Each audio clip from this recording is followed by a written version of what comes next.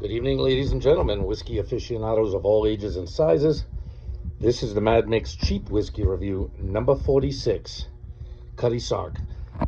Someone in one of my comments had mentioned, "Oh, have you ever had Cutty Sark?" And I was almost embarrassed to say I haven't. I mean, this is obviously a whiskey I've seen since my childhood. Probably my grandfathers drank this shit. And you see it everywhere. This was a $23 and change handle. This is a 1.75. So for $23, I think it might have even been like 23, 49 or something like that. But it was definitely less than 24 bucks for a 1.75 liter. So it's definitely in the cheap whiskey series. Obviously a pretty old blend, I believe, because I've seen it. I'm no young buck, and I've seen this around my entire life. So quite odd that I've never had it before, or I've never tried it before. But someone in the comments, I apologize, I don't remember exactly which one of you guys it was. I've got a handful, maybe a half dozen guys who comment fairly frequently on my videos. And one of them said, "Oh," so I had told him, if I see it, I'll pick it up. A couple of my more local liquor stores don't carry it for some reason, but they don't really have a great scotch section anyway. I've got to travel a few minutes, maybe 10 minutes up the road to find a liquor store with a better scotch selection than what my local town has. Some of them, they have a pretty good selection, but I've drank them all. So if I want to find, and they don't carry Cutty Sark, so if I want to find something I haven't had before, I usually got to do a little traveling. But I found this at one of the more local ones. I didn't have to travel that far, but all they had was a handle. I probably wouldn't have gotten a handle, but I figured at 24 bucks, what do I got to lose? I'll drink it anyway, you know what I mean? There are nights I go to band practice, I can drag this along, and I'm not wasting my expensive booze on those Neanderthal savages. So with that being said, let's get the old Cutty Sark. You can see the color, probably not artificially colored. I wouldn't guess. That's not particularly dark. Obviously, with this being a blended scotch, it's not going to be, it's no more than 3 or 4 years old, I wouldn't imagine. It gives you no age statement. Most blends don't. So with that being said, let's get the snout right up in the Cutty Sark, huh?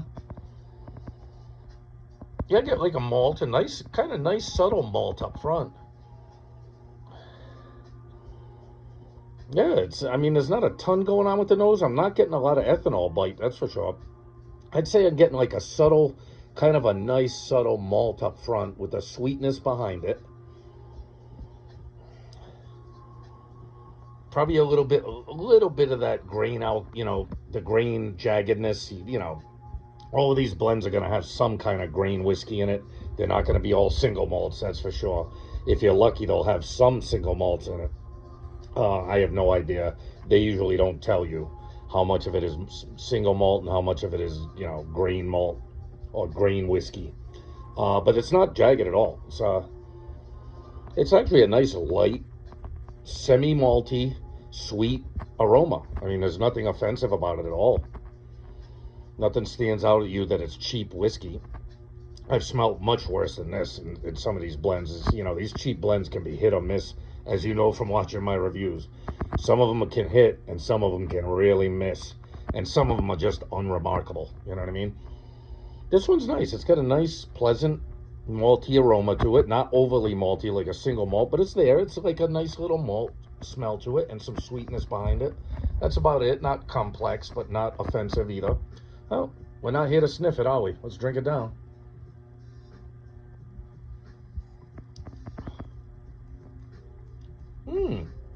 Yeah, it's like got a hint of malt up front, followed by like a honey sweetness. Very light, very drinkable. It's only 40%. So, but with all these blends, I'm kind of ecstatic whenever I can find a blend that's not 40%. Even throw me a bone at 43 or 46, would you? It's freaking cheap whiskey anyway. You might as well give a couple proof points with it. Yeah, so it's it's drinkable. It's probably about what I expected. It's an old name, so it's got to be fairly decent. We'll get it up in the nose one more time. Yeah, that's same things, like a subtle hint of malt, a sweetness to it. And that's about it. It's smooth, a very smooth nose. It's not offensive at all.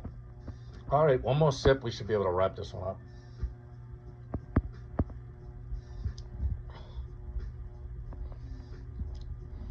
Yeah, the sweetness is up front on the palate. There is a hint of malt, but I'm also kind of getting a hint of that grain whiskey with it. It's not bad. It's not offensive, but it's like all of these kind of blended scotch. I'd rather have a blended malt, you know what I mean, if I had my druthers. But they, now you're talking a little bit more expensive whiskey. But all these blended scotches, with very few exceptions, especially the cheaper ones, always kind of have that hint of grain whiskey jaggedness to it. Because I think a lot of those grain whiskeys are run on continuous stills, coffee stills they used to call them, but now they just call them continuous stills. Whereas single malts are made in pot stills. So that continuous still offers that slight bit of jagginess to it, because they don't cut heads or tails on a continuous still. They just keep running it, and eventually it all just gets blended together. So it's not bad. All right, let's wrap it up. The Mad Mix Cheap Whiskey Review, number 46, I believe. I'll get it right in the title card. Cutty Sark Blended Scotch Whiskey. Less than $24 for a handle. This isn't even a 750. This is a 1.75. I'll give it like an 8. You know what I mean? I don't want it too high or too low, because it's not offensive. It's drinkable.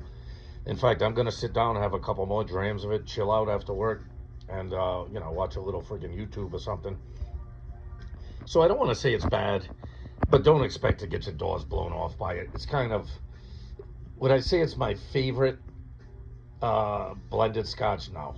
In fact, I'm going up to jam with my buddies on the other side of the, well, not the other side of the state, about 20-30 miles away from me, and that's the liquor store where I can get the Grants. So I'm gonna definitely pick up a handle of Grants.